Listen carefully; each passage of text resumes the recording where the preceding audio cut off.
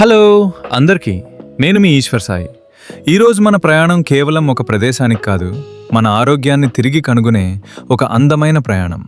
మన జీవితంలో ఎంత బిజీగా ఉన్నా ఆరోగ్యాన్ని మాత్రం ఎప్పుడూ చివరి స్థానంలో పెట్టకండి. ఎందుకంటే మనం తినే ప్రతి ముద్దే రేపటి మన శరీరాన్ని నిర్మిస్తుంది. ప్రకృతి మనకిచ్చిన తాజా పండ్లు, కూరగాయలు, ధాన్యాలు, పప్పులు ఇవే నిజమైన ఔషధాలు. రంగురంగుల ప్లేట్లో ఉండే ప్రతి ఆహారం మన శరీరానికి వేర్వేరు పోషకాలను అందిస్తుంది. తగినంత నీరు తాగడం, సమయానికి భోజనం చేయటం, కొద్దిసేపు నడవడం ఇవన్నీ చిన్న అలవాట్లే అయినా జీవితాన్ని మార్చే శక్తి కలిగి ఉంటాయి.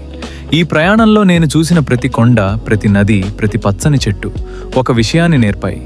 ప్రకృతికి దగ్గరగా జీవిస్తే మనసు ప్రశాంతంగా ఉంటుంది, శరీరం బలంగా ఉంటుంది. గుర్తుంచుకోండి, ఆరోగ్యం అంటే కేవలం వ్యాధులు లేకపోవడం కాదు. మంచి ఆహారం, ప్రశాంతమైన మనసు, సరిపడ నిద్ర, క్రమమైన వ్యాయామం ఇవన్నీ కలిసి నిజమైన ఆరోగ్యాన్ని నిర్మిస్తాయి. కాబట్టి ఈ రోజు నుంచే ఒక చిన్న నిర్ణయం తీసుకుందాం.